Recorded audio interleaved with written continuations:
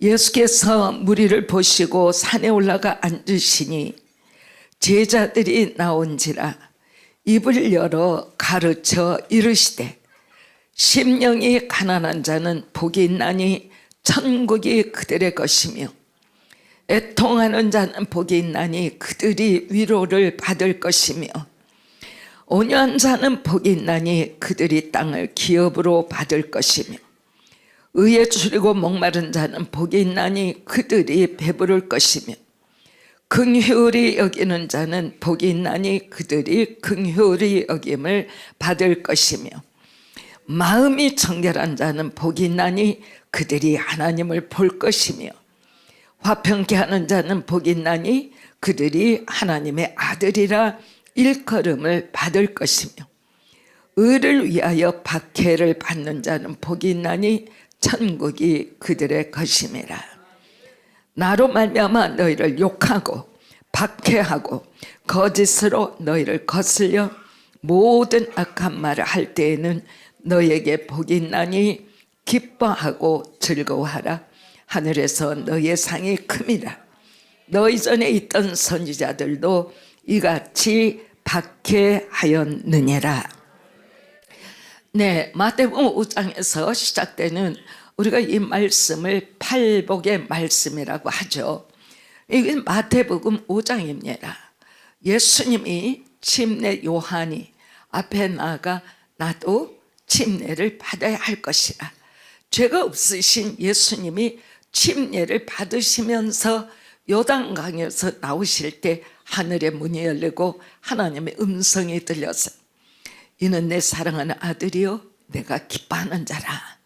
4장에서는 예수님이 마귀의 시험을 받기를 원해서 3번에 걸쳐서 완전한 승리를 하시고 4장의 마지막을 가서 보면 그 시험이 끝나자마자 주님은 아픈 자와 병든 자와 귀신 들린 자를 계속해서 여러 타운을 돌아다니시면서 하시는 일이 있는 것을 우리가 봅니다. 근데 5장에 우리가 딱 들어가서 보면 5장에 시작하는 바로 그 시간에 주님이 주님의 사람들을 모십니다. 오늘 여기에 삶에 있어서도 주님이 말씀하시는 것은 예수님을 믿는 믿음의 사람들은 이 8가지의 삶을 동시에 살아가야 한다라는 말씀이에요. 첫째 말씀, 심령이 가난하기 때문에 천국만 바라보는 사람이 있을 거다. 두 번째는 애통하고 있으니 복이 있고 그가 위로를 받을 것이며, 이래서 8가지의 하나님 나라의 사람들이 살아가는데 팔복의 말씀이 어떤 영혼에게는 이 말씀, 저 영혼에게는 저 말씀, 저 영혼에게는 저런 말씀으로 하나님이 우리를 축복하심이 아니고, 예수를 믿고 진정한 하나님의 그러한 예수 그리스도의 인격이 입혀진 사람은 이 8가지의 마음을 다 소유하고 살아가는 자라. 그러면 주님은 이제 산의 꼭대기에 앉으시고 쭉 아래로 넘쳐나, 아주 그 산이 상당히 크고 주님이 위에 앉으시면 아래로 내려다보기가 좋은 산이에요. 앉으시니 제자들이 주님 옆으로 나온 것입니다.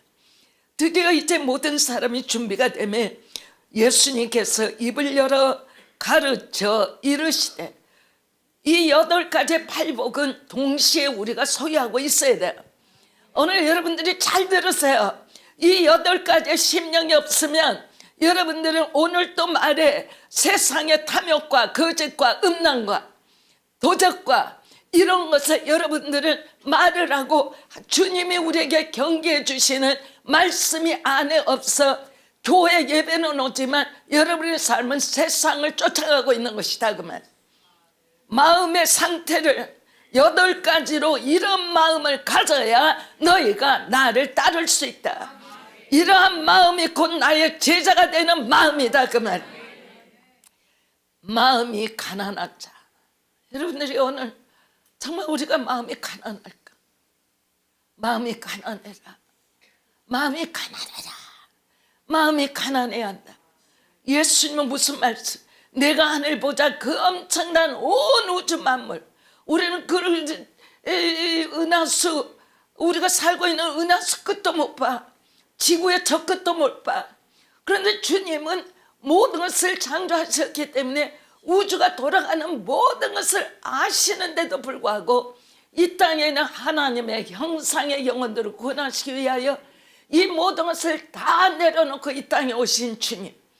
심령이 가난하다 그러면 예수님만큼 심령을 완전히 이 엄청난 창조의 모든 것에도 불구하고 아버지 하나님, 삼위일체 하나님의 형상을 닮은 인간으로 죄로 말미암아 타락한 인간들을 구원하기 위해서 인간 중에 죄 없이 하나가 되어 나로 인하여 저들을 구원하시겠다 하여 이 땅에 오신 주님.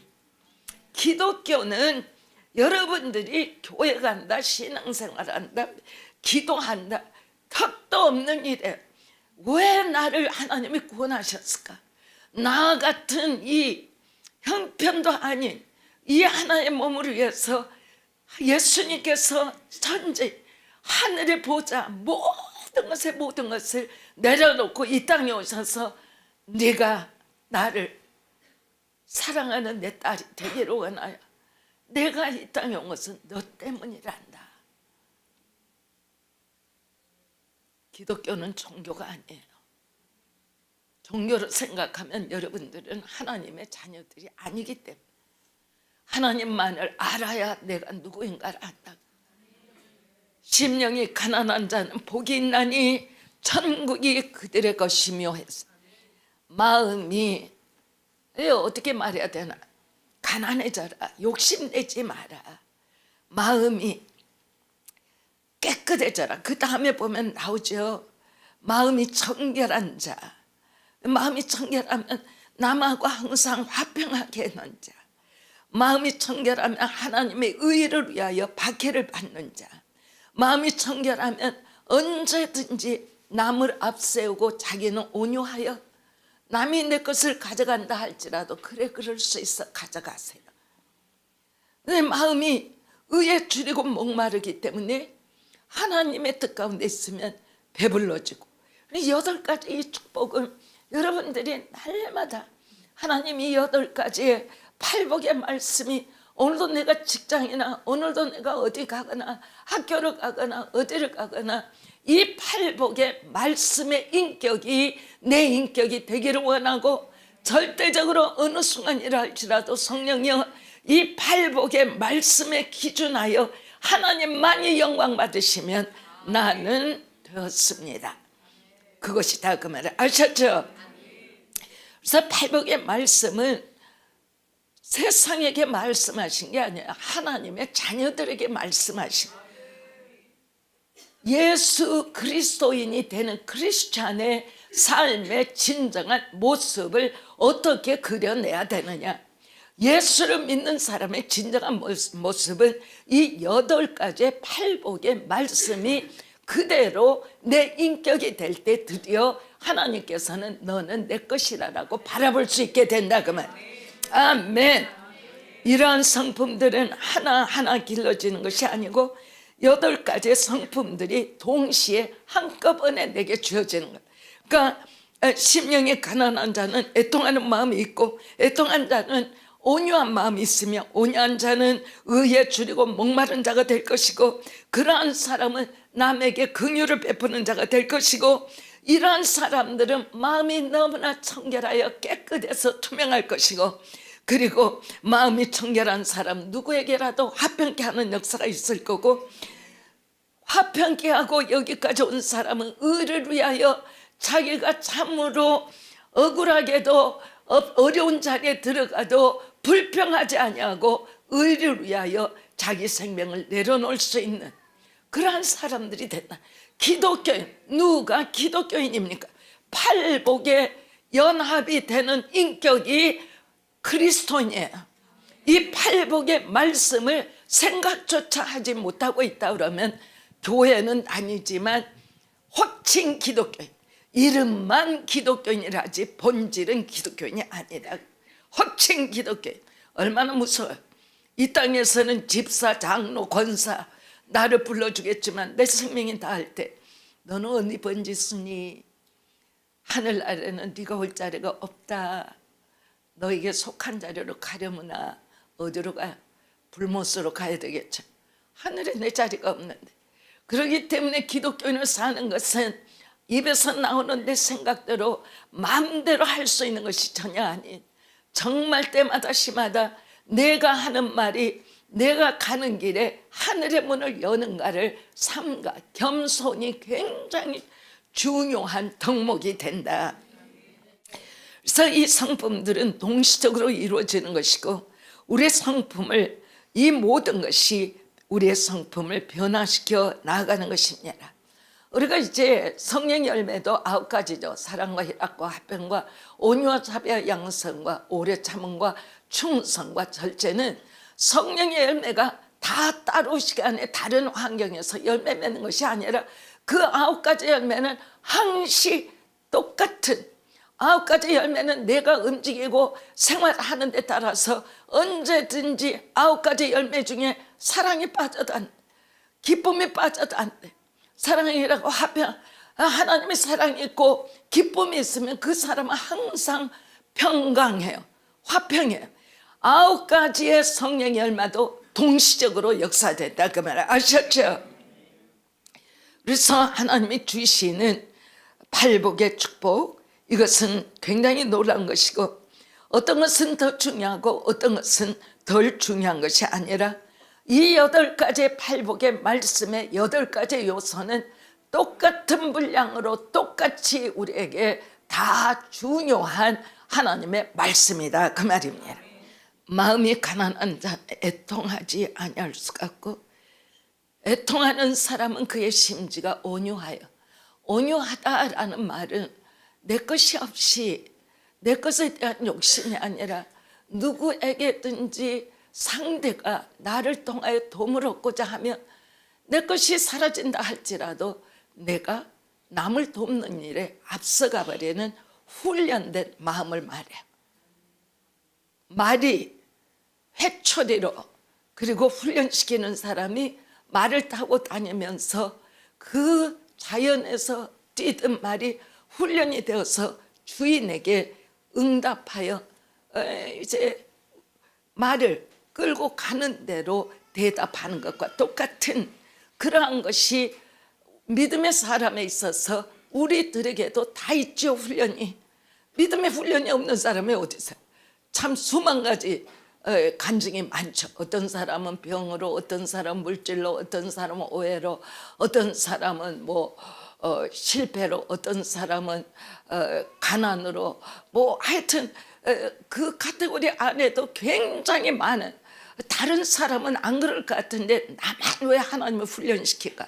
근데 그게 하나님 앞으로 가까이 부르는 거죠. 네가 나를 알아야 네가 산다. 하나님 앞으로 바싹 끌어당기는 거야. 아멘. 아담은 우리가 너무나 잘 압니다. 아담은 선악과를 먹고 나서 타락했기 때문에 본래적으로 아담과 하와는 선악과를 먹고 난 다음에 하나님의 본성이 사라져버리고 아무것도 선한 것이 없었습니다. 그러나 하나님께서는 아담에게 큰 사랑을 허락하셔서 에덴으로부터 나가게 하시면서도 가죽 옷을 입히고, 여러분들이 성경을 읽어보면 창세기 1, 2, 3장까지와 4장으로부터 6장까지 들어가는 것을 진짜 3장까지는 하늘 보좌 앞에, 4, 5, 6장은 지옥에 들어가는 입구에 내려가 있구나. 그래서 성경을 열심히 읽어봐야 돼. 이게 바로 하나님 앞에서 우리가 물러갔을 때 생기는 것이다. 우리의 믿음의 삶에는 외적인 것보다 내적인 면이 중요합니다. 그리고 또한 우리의 삶에 있어서 내가 무엇을 어떻게 생각하느냐, 사고, 하나님의 말씀이 최우선이요, 예배는 있는 힘을 다하여 하나님의 임재를 사모하고 내가 예배함으로 말미암아 어느 순간이라도 날마다 내가 하나님을 내 영과 영으로 만날 것이고 내 얼굴로 하나님의 영광을 체험하며 내가 살아가는 것이 이 땅에서 승리하는 삶이다라는 것을 반드시 알아야 하는 거다. 아멘. 그렇기 때문에 예수 믿는 사람은 바깥 것을 어떤 것을 요구하는 것이 아니고 안의 것을, 내적인 것을, 그리고 삶에 있어서 블라블라블라블라 내가 어떻게 있고 어떤 차를 타고 얼마나 수입이 되고 몇 평짜리 집에 사고 블라블라블라 이것이 아니고 하나님이 내 안에서 어떤 일을 하고 계신다라는 내 안에 역동적으로 역사하시는 그 하나님을 정말 감사 여겨 이거를 하나님 앞에 감사한 것을 표현하는 것을 최고의 기쁨으로 아는 것이고, 이러한 것들 때문에 바로 삶의 근본적 가치가 달라지게 된다. 아멘. 기독교인은 하나님만을 섬기는 백성입니다. 크리스찬도 이 세상의 많은 사람과 우리는 함께 살아가고 있고 먹고 일하고 마시고 자고 일어납니다. 그러나 우리가 목표하는 믿음의 사람들의 세상은 세상 사람들이 요구하는 것이 아니죠.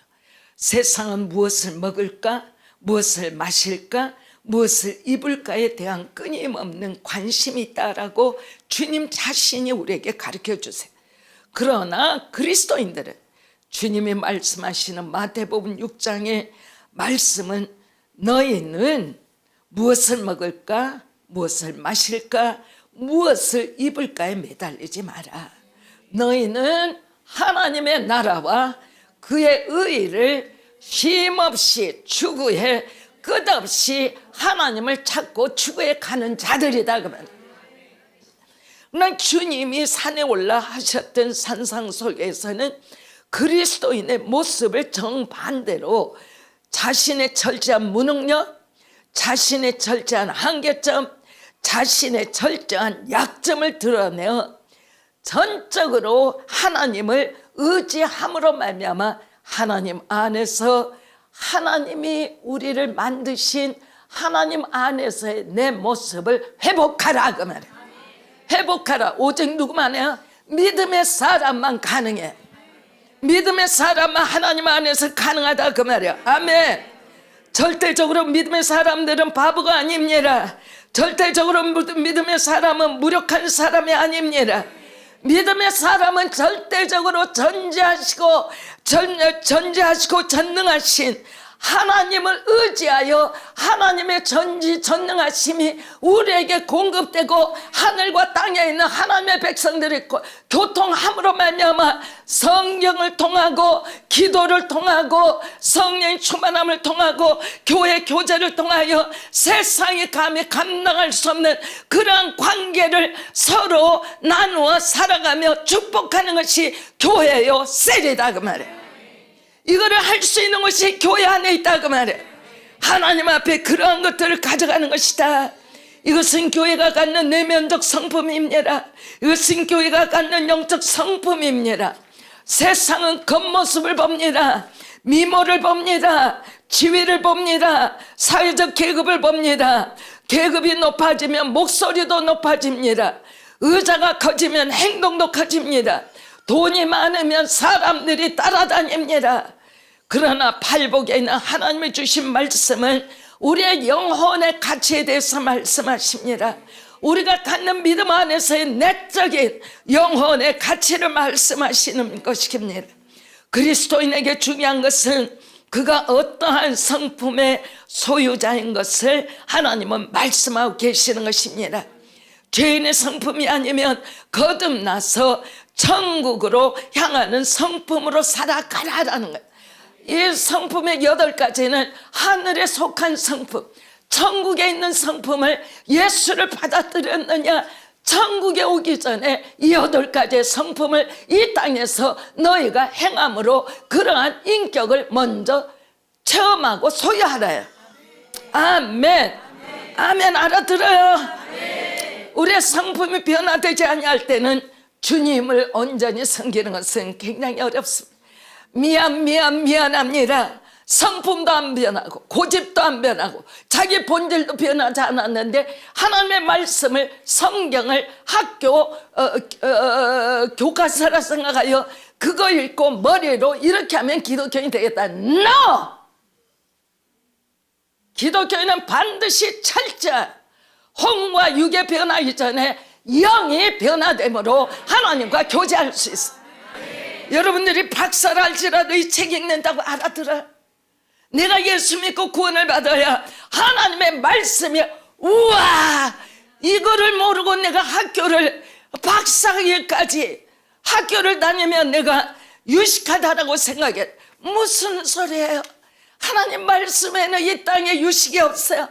말씀이 내 안에 들어오면 하나님의 인격이 내게 인격이 성장되기 시작하고 내 인격이 하나님을 알기 시작하면 아는 그 인격 안에서 하나님과 내가 영원하신 무한하신 전지하시고 전능하신 부족이 없으신 무소부지하신 하나님과 내 영혼의 교통이 시작된다.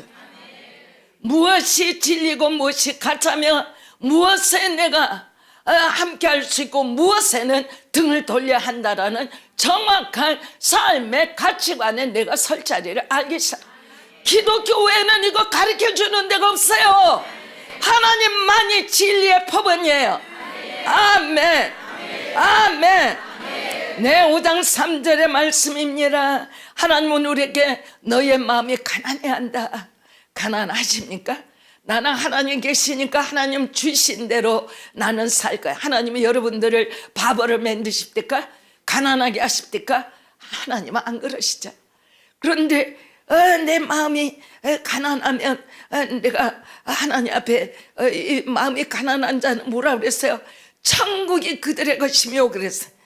주장할 것도 충고할 것도 남을 가르칠 것도 없는, 남에게 무엇을 내가 자랑할 수 있는 모범을 보여줄 것도 없는, 전적으로 심령이 가난하다라는 거는 그 사람을 딱 보면 이분 봐라, 왜 이렇게 겸손하지? 가까이 가려는데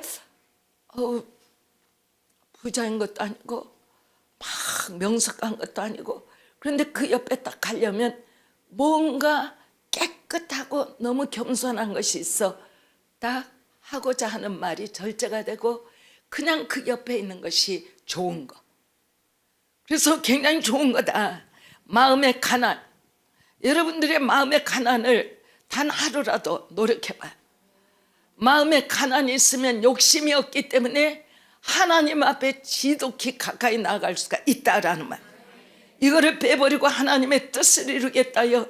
그냥 동분서주하니까 그냥 오늘은 난 전도하러 나갈게요. 전도하든가 오늘 내가 무슨 전도를 가서 쉬자. 하나님의 일을 약속을 해서도 가다가 만다 그만. 어디서 와요? 심령이 청소가 안 됐기 때문에, 마음이 청소가 안 되져 있기 때문에 그렇다 그 말이에요. 아멘. 그래서 남에게 모범을 볼 것도 없고 전적으로 어떻게 할 것도 없고 완전히 겸손하기 때문에 그렇게 되는 것이다. 근데 이것을 우리가 로마서 7장을 보면 사도 바울이 굉장히 엄청난 고백을 하는 게 있어요. 오라 화로다, 내겐 아무것도 없도다. 하나님의 그러한 겸손의 마음을 가지려고 애를 쓰는데 겸손의 마음으로 자기가 채워지지 아니하고 막 그 7장과 6장에서 7장은 사도 바울이 내 안에 왜 이렇게 두 마음이 있어? 하나님만을 사모하는 마음도 있거니와 왜 이렇게 나를 죄로 끌고 가려고 하는 마음이, 두 마음이 나를 완전히 찢어내는 이것이 얼마나 어렵다. 하나님 앞에 내가 겸한 마음을 갖기를 원하나 내 마음이 그 마음을 갖는 것을 내버려 두지 않는도다 라는 고백이 나와요. 여러분들 말씀을 읽으십시다.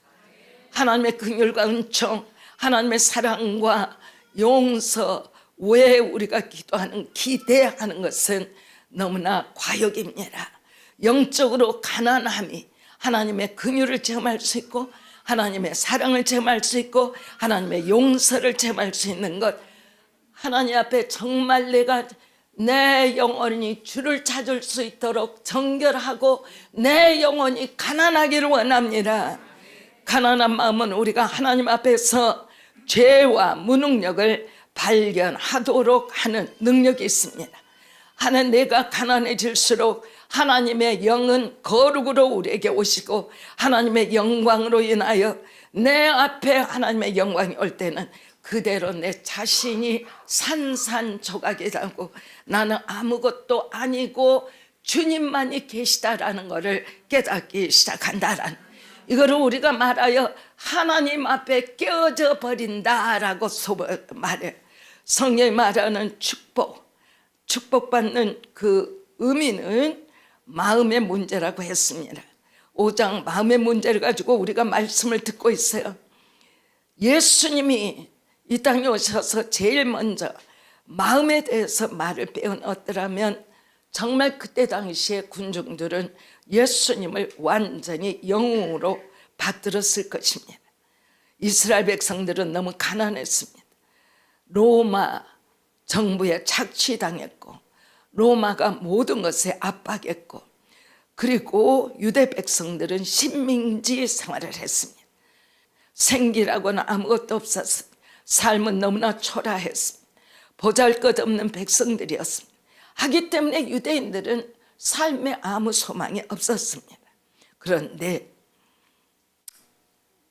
하나님께서 그 땅에 찾아오셔서 말씀하시는 것이, 마음의 가난에 대해서 말씀하심으로 말미암아, 심령이 가난해짐으로 말미암아 예수님은 물질적인 부의 결핍에 대해서 전혀 한마디도 말씀 안 하셔. 물질이 부족할 때 심령이 가난해질 수 있는 경우가 있을 수 있겠죠. 그러나 물질의 부족이 심령의 가난함과 꼭 일치된다라고 우리는 말할 수는 없어요. 예수님은 도로여 영적으로 이스라엘 백성들이 속박되어 있었고 빚진 자로서 서 있음을 의식하고 계셨어요. 왜냐하면 로마가 너무나 많은 세금을 훑어가 버렸기 때문에 이스라엘 백성들은 대단히 가난했어요. 그런데도 그러한 사회에 와서 괜찮아, 잘 살게 될 날이 와 하지 아니하고, 너희들이 가난한 것에 고민하느냐, 그 가난한 것을 고민하는 머리의 생각을 내려놓고 마음으로 가난을, 너희가 마음의 가난을 지켜라. 너희들의 가난이 도로여 큰 축복이 된다라는 말씀입니다. 오늘 우리의 사회는 참으로 하나님을 믿기 어렵습니다. 세상 안에서는 더 취해라, 더 가져라, 더 부자로 살아라. 성경 안에서는 그런 말씀 전혀 없어요. 그리고 교회마다 믿음의 사람들의 믿음의 가치가 대단히 혼란스러워지고 혼돈에 빠지는 시간에 우리가 와 있다라고 봐요. 말씀을 열심히 읽으시고 나의 심령이 하나님을 매시고 살며 내 심령이 하나님을 슬프게 하지 않는 그러한 심령이 되신다면 반드시 여러분의 신앙의 삶에 하나님의 승리가 임하리라 믿습니다. 승리하는 영동 제일교회가 되시기를 주의 이름으로 축원해 드립니다.